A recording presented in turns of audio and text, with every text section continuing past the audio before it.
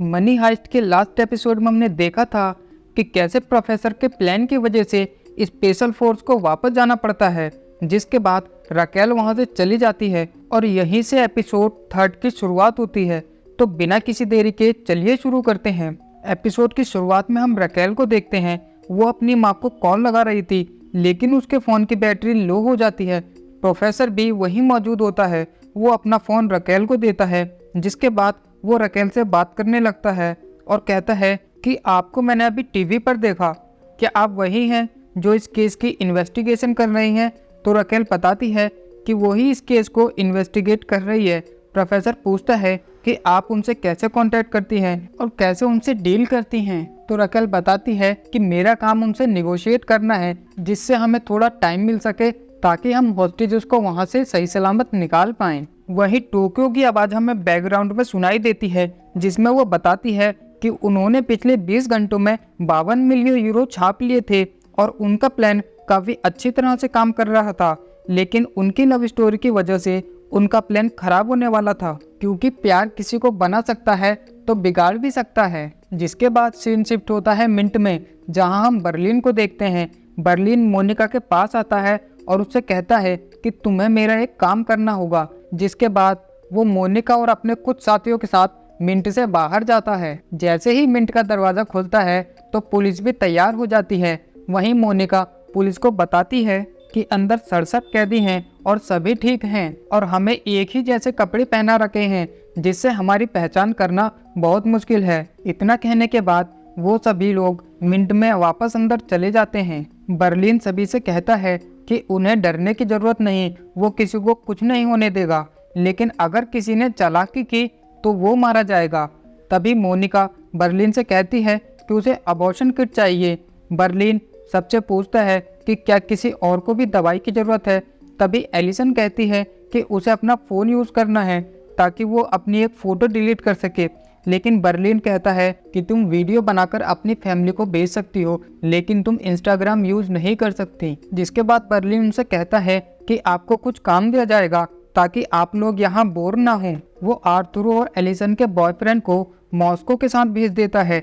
Moscow उनसे कहता है कि तुम्हें यहाँ एक गड्ढा खोदना होगा, वो भी बिना कुछ बोले। वहीं एलिसन अब अपनी फैमिली के लिए एक वीडियो मैसेज रिकॉर्ड करती है, जिसमें वो बताती है कि वो ठीक है और इंटरनेट पर जो उसकी फ़ोटो है वो उसने नहीं डाली, उसके फ्रेंड ने उसे फंसाया था। तभी रियो एलिसन से कहता है कि टेंशन मत लो, सब कुछ ठीक हो जाएगा। तभी टोक्यो वहाँ आती है और उनकी बातें सुन लेती है, जिससे उसे जलन होने लगती है। जिसके बाद वो रियो को साइड में ले जाकर बात करने लगती है और इसी बीच मौका देखकर एलिसन अपना फ़ोन ऑन कर लेती है, जिसका पता पुलिस को भी लग जाता है और वो उसका फ़ोन हैक कर लेते हैं। तभी रियो एलिसन के हाथ में फ़ोन देखता है और उससे छीनकर उसे तोड़ देता है, लेकिन इसी बीच पुलिस को रियो की फ़ोटो और दीवार पर लगे फ़ोन मिल जाते हैं। के बाद पुलिस को रियो के बारे में सब पता चल जाता है। तभी राकेल के पास उसके सीनियर ऑफिसर का कॉल आता है और वो उसे बताते हैं कि हमें उनमें से एक की फ़ोटो मिली है, तुम्हें अभी अपने केस पर वापस आना होगा। जिसके बाद राकेल हेडक्वार्टर वापस आती है और प्रोफेसर से बात करती है। प्रोफेसर राकेल से कहता है कि तुमने शॉट की टीम को अंदर भेजा और हॉस्टेजेस की जान खतरे में डाली, ऐसा दोबारा नहीं होना चाहिए। और वो कुछ दवाइयों की भी मांग करता है जो कि एक ट्रांसपेरेंट बैग में आनी चाहिए। तभी वो राकेल से पूछता है कि तुमने मुझे कॉल क्यों की? तो राकेल कहती है कि तुम जल्दी से सरेंडर कर दो, वरना तुम सब मारे जाओगे। वो कहती है कि तुम्हारे एक साथी की फ़ोटो हमारे पास है। प्रोफेसर को उसकी बातों पर यकीन नहीं होता, तो राकेल बताती है कि तुमने हॉस्टेजेस के फ़ोन दीवार पर चिपका रखे हैं। जिसके बाद वो कॉल कट कर देती है। वहीं प्रोफेसर बर्लिन को फ़ोन लगाता है और उससे पूछता है कि क्या अंदर के सारे कैमरे बंद हैं? तो बर्लिन कहता है कि यहाँ के सारे कैमरे बंद हैं। तो प्रोफेसर कहता है कि पुलिस के पास अंदर की एक फ़ोटो है, मतलब ये काम किसी हॉस्टेजेस ने किया है, उसे जल्दी से ढूंढो वरना हम सब मारे जाएंगे। जिसके बाद बर्लिन हॉल में आता है जहाँ सारे हॉस्टेज होते हैं। वो उनसे कहता है कि आप में से किसी एक ने यहाँ की फ़ोटो पुलिस को भेजी है और वो जो भी है वो खुद ही सामने आ जाए, वरना वो मारा जाएगा। जिसके बाद बर्लिन उनसे उनके कपड़े उतारने के लिए बोलता है और वो सभी अपने कपड़े उतारने लगते हैं। तभी रियो बर्लिन से कहता है कि ये उसकी गलती है बर्लिन रियो से कहता है कि अगर गलती की है तो सजा भी मिलेगी, जिसके बाद वो रियो को मॉस्लो और हेलसिंकी के पास छोड़ देता है। वहीं आर्तुरो और उसका साथी जब खुदाई कर रहे होते हैं तो उन्हें कुछ सामान मिलता है। जब वो उसे देखते हैं तो उसमें पेट्रोल, बुलेट्स और बॉम्ब थे। आर्तुरो कहता है कि ये चोरी करने के बाद हम सबको मार देंगे, उससे पहले हमें पुलिस को यहाँ के बारे में बताना होगा। वो अपने साथी से कहता है कि उसके ऑफिस में उसके कोट की जेब में उसका मोबाइल है, जिससे हम पुलिस से कांटेक्ट कर सकते हैं और चोरों के बारे में उन्हें बता सकते हैं। लेकिन तभी मॉस्को वहाँ आ जाता है। आर्तुरो मॉस्को से कहता है कि वो बहुत थक गया है, अब वो खुदाई नहीं कर पाएगा। जिसके बाद वो बाकी हॉस्टेजेस के पास आकर बैठ जाता है और वो मोनिका को बताता है कि उसके कोट में एक दूसरा मोबाइल है, तुम्हें वो फ़ोन लेकर पुलिस को यहाँ के बारे में बताना होगा। वहीं रकेल और एंजल आपस में बात कर रहे थे कि उन्हें कैसे पकड़ा जाए। जिसके बाद सीन शिफ्ट होता है आर्तुरो के ऑफिस में, जहाँ ओस्लो के पास कुछ हॉस्टेजेस होते हैं जिन्हें दवाइयों की ज़रूरत होती है। तभी मोनिका बड़ी चालाकी से आर्तुरो के कोट से वो मोबाइल निकाल लेती है। तभी डेनवर वहाँ दवाइयाँ लेकर आता है और वो मोनिका से कहता है कि इस बच्चे को मत गिराओ, और वो उसे कुछ पैसे भी देता है ताकि वो अपने बच्चे की परवरिश अच्छे से कर सके। तभी बर्लिन वहाँ आ जाता है। डेनवर मोनिका को जाने के लिए बोलता है।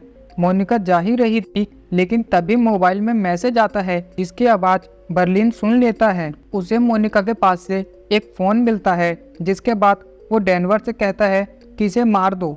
रकेल कैफ़े में कुछ खाने के लिए आती है। तभी प्रोफेसर भी वहाँ आ जाता है। वो रकेल से सवाल करना शुरू कर देता है। तभी रकेल के पास एक कॉल आती है। ऑफिसर बताता है कि उसे दूसरे चोर का पता चल गया है और उसने उसकी फ़ोटो भेज दी है।